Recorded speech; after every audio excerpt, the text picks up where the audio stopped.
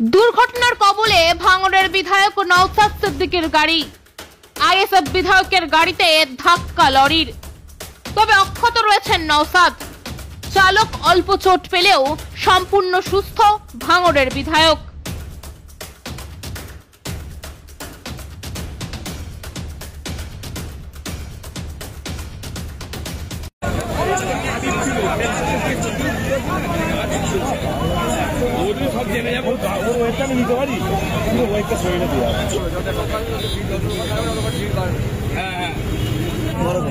জায়গা বড় করে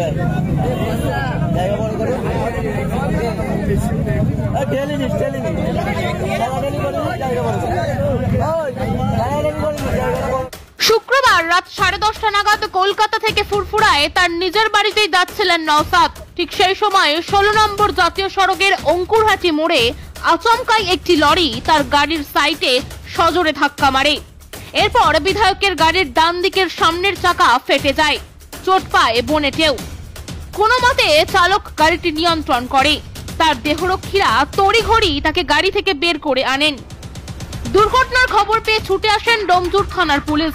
এরপর আইএসএফ বিধায়ককে পুলিশ অন্য একটি গাড়িতে করে বাড়ি পাঠান। ঘাতক লরি ও তার চালককে আটক করে জিজ্ঞাসাবাদ শুরু করেছে পুলিশ।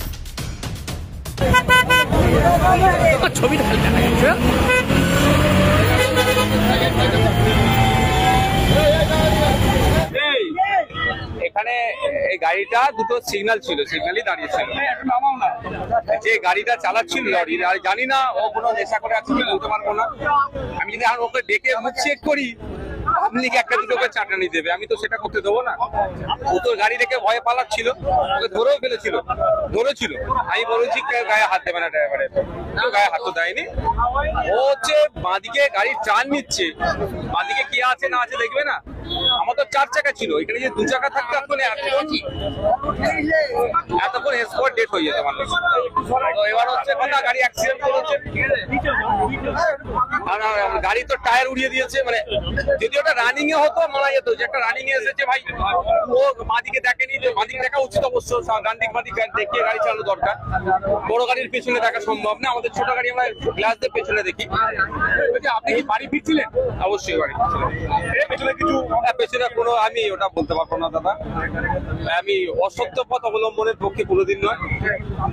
ওর উচিত ছিল গাড়িটা যখন দাঁড়িয়ে আছে বাঁদিকে নিয়ে টান নেবে, ওর উচিত ছিল বাঁদিকে একটু দেখা, বাঁদিকে দেখে একটু গাড়িটা চালানো। কিন্তু দুর্ভাগ্যের বিষয় ও অত বড় গাড়ি চালাচ্ছে, বাঁদিকেও দেখে। আর সম্ভবত ও একাই চালাচ্ছে, কোনো হেল্পারও নেই গাড়িটাতে সম্ভবত।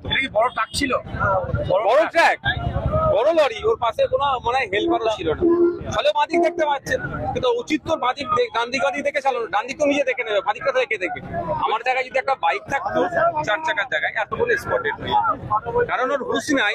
যখন উঠছে, হরেন দেওয়া হচ্ছে, চিৎকার করা হচ্ছে, ওর কোনো কি ভূমিকা ছিল? আমি পুলিশকে এখানে দোষ কিভাবে দেবো? সিগন্যালে তো এটা হচ্ছে। ঠিক আছে, তবে একটা কথা আমি বলবো, এখানে প্রায় দুর্ঘটনা ঘটে, প্রায় মারা যায় মানুষ, বাইক থেকে শুরু করে সবাই। এত জায়গায় আন্ডারপাস হয়েছে, এখানে আন্ডারপাসের দরকার। ড্রাইভার কি মদ্যপ ছিল?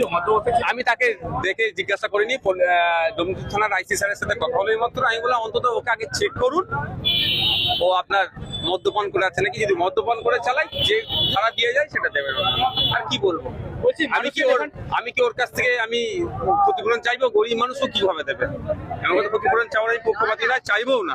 ঠিক আছে দাদা, একটা গরিব মানুষও বলছি, ওকে তো বুঝে শুনে গাড়ি চালানো দরকার। দীর্ঘদিনের দাবি, এখানে যে ফ্লাইওভার, এখানে আপনি বলছিলেন যে এখানে নিত্য নৈমিত্তিক দুর্ঘটনা ঘটছে, মানুষের প্রাণহানি হচ্ছে, বিষয়টা কিভাবে দেখছে? এখানে অবশ্যই ফ্লাইওভার হওয়া দরকার, কারণ যে জ্যামটা এখানটায় লাগে, মানে আমার তো আগে ছোটের উপর দিয়ে হয়েছে।